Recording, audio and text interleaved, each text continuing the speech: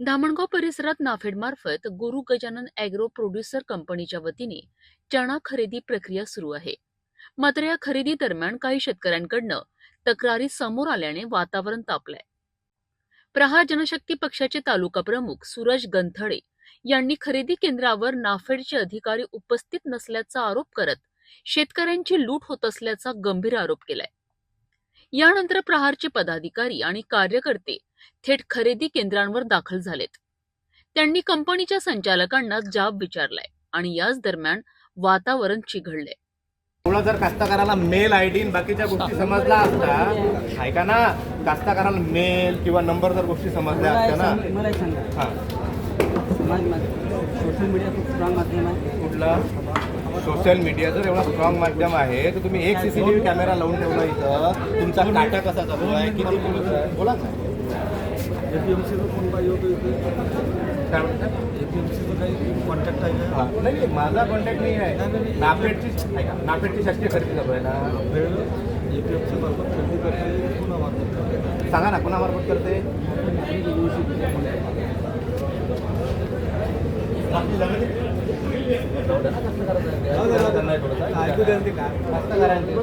नाही, वाद नाही होत. कास्तकार वाद करते का कोणासोबत? कास्तकारासारखा गरीब प्राणी नाही राजू पृथ्वी तलावर एक. वाद वाढत गेल्याने काही काळासाठी खरेदी प्रक्रियेतील काटा बंद ठेवण्यात आला. घटनेची माहिती मिळताच दत्तापूर पोलीस ठाण्याचे पोलीस निरीक्षक गिरीश ताथोड कर्मचाऱ्यांसह घटनास्थळी दाखल झालेत.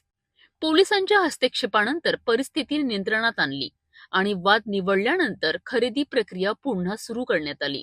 नमस्कार, मी सूरज गंथळे, प्रहार तालुका प्रमुख, धामणगाव रेल्वे. आज सकाळी मला गजानन ॲग्रो प्रोड्युसर कंपनीमध्ये जे नाफेडची चण्याची खरेदी चालू आहे तिथून काही शेतकऱ्यांचा फोन आला आणि इथे जो भोंगळ कारभार चालू होता त्या कारभारासंदर्भात शेतकऱ्यांनी माझ्याकडे काही समस्या सांगितल्या. त्या समस्या ऐकल्यानंतर लगेच मी इथे या ॲग्रो प्रोड्युसर कंपनीमध्ये आलो असता इथे जे मी माझ्या डोळ्यांनी पाहिलं तर एवढी भयानक परिस्थिती आहे इथे की इथे शेतकऱ्यांची अक्षरशः लूट चालू आहे. इथे नाफेडचा ना कुठला अधिकारी आहे, ना कुठला ग्रेडर आहे, ना इथं कुठला शासनाचा माणूस आहे. त्या नाफेडच्या अधिकाऱ्याचं कोणतरी यादव म्हणून आहे, त्यांचं असं म्हणणं आहे की आम्ही सगळा कारभार त्या ॲग्रो प्रोड्युसर कंपनीला हँडओव्हर केला. कंपनीला हँडओव्हर केल्यानंतर ती कंपनी त्याच्या मनमानी कारभारानुसार शेतकऱ्यांची लूटमार करत आहे.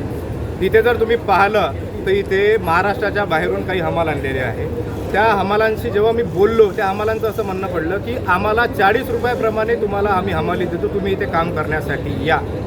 म्हणजे जर आज विचार केला तर अक्षरशः चहूबाजूने फक्त शेतकऱ्यांना लुटायचं काम चालू आहे.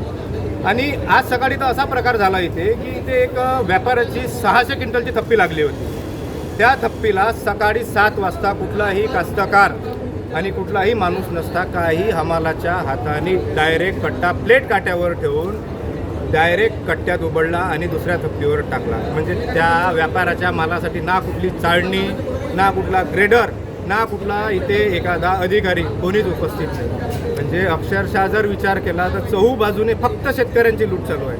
जेव्हा आम्ही इथे येऊन पाहिलं तर ना इथे कुठली CCTV आहे, फक्त एक CCTV कॅमेरा लागलेला आहे, तोही सेंटरला. त्या कॅमेरामध्ये काटा कसा होतो, शेतकऱ्यांचा माल कसा घेतला जाते, चाळणी मारण्याच्या वेळेस चाळणी लावायची पद्धत कशी आहे, ही कुठलीही गोष्ट इथे त्या कॅमेऱ्यामध्ये दिसत नाही. त्याचबरोबर जेव्हा एखाद्या व्यापाऱ्याने शेतकऱ्याच्या नावावर माल टाकला तर त्याची चाळणी अशी एकदम सखोल अशी प्लेन उभी लावल्या जाते की जास्त माल हा या साईडला गळला पाहिजे. आणि शेतकऱ्यांसाठी जेव्हा चाळणी लावल्या जाते तेव्हा अशी पूर्ण प्लेन लावल्या जाते की जेणेकरून शेतकऱ्यांचा 30% माल हा चाळणीतून गळून त्याला घरी न्यायचं काम पडलं पाहिजे. ही परिस्थिती इथे या ॲग्रो प्रोड्युसर कंपनीमध्ये चालू आहे. आणि जेव्हा आम्ही इथे येऊन बोलतो की एखादा इथे तुम्ही नाफेडचा अधिकारी बोलवा किंवा ग्रेडर बोलवा, तर या कंपनीचा साधा संचालकही इथे यायला तयार नाही आणि आमच्यासोबत बोलायला तयार नाही. त्यामुळे आज आम्ही इथे सगळ्यांना विनंती करतो की जो नाफेडचा अधिकारी असेल, जो ग्रेडर असेल, त्याच्यावर तर सर्वात पहिले कारवाई करून त्यांना घरी पाठवण्यात यावे.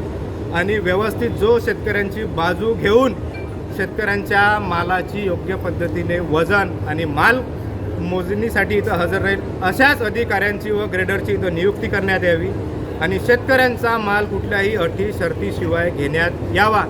आणि त्याचबरोबर आजपर्यंत जेवढाही माल इथे खरेदी केलेला असेल त्या सर्व खरेदी केलेल्या मालाची चौकशी करण्यात यावी.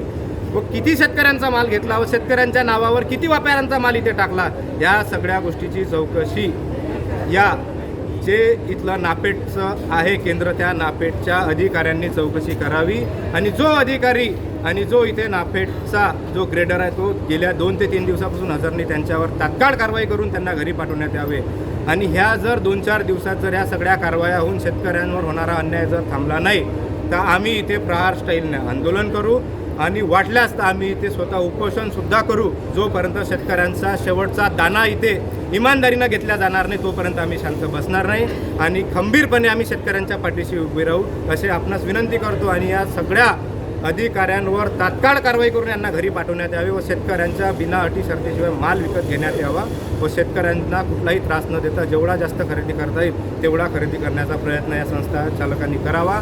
आणि इथे आल्यानंतर शेतकऱ्यांची ना पाण्याची व्यवस्था आहे ना इथे शेतकऱ्यांची कसली व्यवस्था आहे, त्यामुळे आम्ही विनंती करतो की या संस्थेने शेतकऱ्यांची पाण्याची चायची व्यवस्था करावी आणि शेतकऱ्यांचा परिपूर्ण माल खरेदी करावा.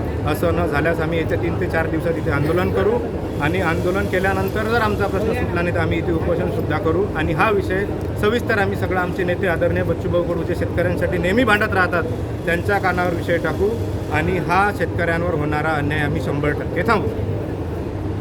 या दरम्यान कंपनीचे संचालक कमल टावरी यांनी सर्व आरोप फेटाळून लावत नाफेडच्या नियमांनुसारच खरेदी होत असल्याचं स्पष्ट केलंय.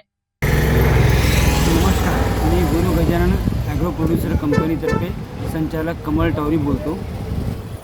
आमच्यावर आज जे इथे आरोप करण्यात आलेले आहे की कास्तकारांचा माल बगर काट्याने मोजता आणि व्यापाऱ्यांचा माल मोजत आहे, साहेब इथं तसं काहीच नाही आहे. आम्ही जी पद्धत आहे नियमानुसार सकाळी येऊन काटा करते एवढी चाळणी करणे मालाची आणि नंतर काटा करणे आणि माल बारदाण्यात भरणे आणि तो वेअरहाऊसला पोचवणे, ही नाफेडची पद्धत आहे. त्या नाफेडच्या पद्धतीनुसार आणि नाफेडच्या जी टक्केवारी दिलेली आहे त्यांच्या मॉइश्चरनुसार त्या टक्केवारीनुसार आम्ही माल घेत आहे, सदर माल घेत आहे. नाफेडला नियमानुसार इथे ग्रेडरची आवश्यकता नाही, कारण की नाफेडनी इथे आम्हाला टक्केवारी दिलेली आहे, त्या टक्केवारीनुसार आम्ही माल घेत आहे. अजून हे सांगू इच्छितो की आम्ही सदर माल जसं कोणतेही कास्तकार जसे विधवाबाई आहे त्यांच्याकडे आम्ही माल घरून माल जर घेतला तर त्यांचं नुकसान वाचतं, येण्या जाण्याचा खर्च वाचतो आणि परंतु आज जे घडलं इथे त्यामुळे आता ते तिथून माल आणणं शक्य नाही आणि आम्ही इथूनच माल घेणार आहे. बस बाकी एवढंच म्हणणं आहे. तर दुसरीकडे प्रहार संघटनेने पुन्हा असा प्रकार झाल्यास आंदोलन छेडण्याचा इशारा दिला आहे. या संपूर्ण प्रकरणामुळे काही काळासाठी शेतकऱ्यांमध्ये संभ्रम आणि नाराजीचं वातावरण पाहायला मिळालंय.